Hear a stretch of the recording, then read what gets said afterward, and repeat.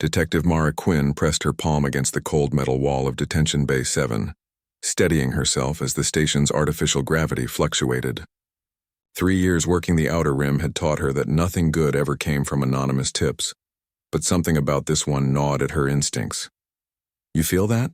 Lieutenant Varric Solin's voice crackled through her comm unit, his Crithian accent making the standard words sound almost melodic.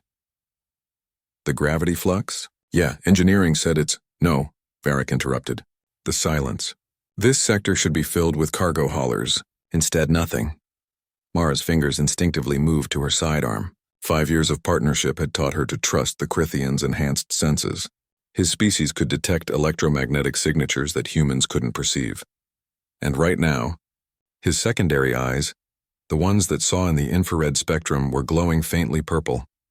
They moved through the dimly lit corridor, their boots making soft thuds against the grated floor. The anonymous message had been specific. Freighter Obsidian Dream, Bay 7, Euro 300 hours. They're shipping children. The Obsidian Dream sat in its berth like a sleeping beast, its hull scarred from countless jumps through hyperspace. Standard cargo vessel. Registered to a Tellurian merchant collective. Everything about it screamed legitimate, which made Mara's stomach turn. The best traffickers always hid behind the most mundane facades. Thermal signatures. Varric whispered, his hand raised as he scanned the ship. Multiple, small, weak. Mara's heart clenched. How many? At least 20? Maybe more. Their life signs are suppressed. Sedated, perhaps. They'd seen this before. Trafficking operations that moved sentient beings like cargo, drugged and hidden in shielded containers to avoid detection. But children? That was a new low, even for the scum that operated in the lawless reaches of the Outer Rim. Mara activated her override codes, and the cargo bay door hissed open with agonizing slowness. The stench hit them first, unwashed bodies, fear, and something else. Desperation. The cargo hold was a maze of containers, but Varric's senses guided them unerringly to a cluster of modified cryopods in the rear. Mara's hands trembled as she keyed in the emergency release code. The first pod opened with a pneumatic hiss. Inside was a Silurian child, no more than 6 standard years old, her blue-tinged skin marked with identification barcodes. Her eyes, those large, dark eyes that Silurians were known for, stared up at them with a mixture of terror and hope.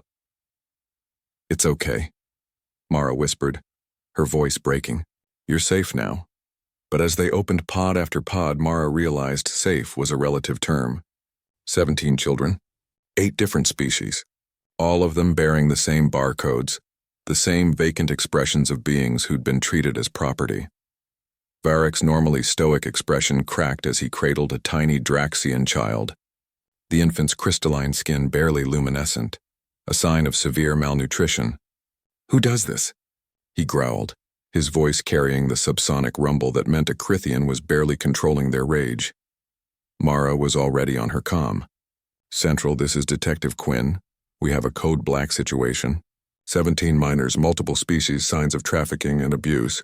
We need medical teams, xenopsych specialists, and—" She paused, her throat tight. "And family services. All of them." The next hours blurred into a chaos of medical personnel, investigators, and the horrifying logistics of caring for traumatized children from across the galaxy. Each child told a similar story through translators and tiers, taken from colony worlds, border stations, anywhere enforcement was light. Promised work, education, a better life. Instead, they'd been sold to the highest bidder. The oldest, a human girl named Sarah, couldn't have been more than 12. She'd appointed herself protector of the younger ones, and now she stood before Mara with defensive shoulders and haunted eyes. "What happens to us now?" Sarah asked, her voice small but defiant. It was the question Mara had been dreading. The galactic foster system was overwhelmed, underfunded, and frankly inadequate. Most of these children would be processed, cataloged, and shuffled through facilities until they aged out, if they survived that long. Unless Mara looked at Varric, who was still holding the Draxian infant with a gentleness that belied his imposing frame. She'd known him for 5 years, had seen him take down smugglers and face down pirates without flinching, but she'd never seen him look like this, vulnerable and determined all at once. "Lieutenant," she said carefully, "the Draxian child. She needs specialized care. Someone who understands crystalline-based biology." Varric's primary eyes met hers, understanding dawning. Crithians have similar requirements. Light-based metabolism. You could, Mara confirmed.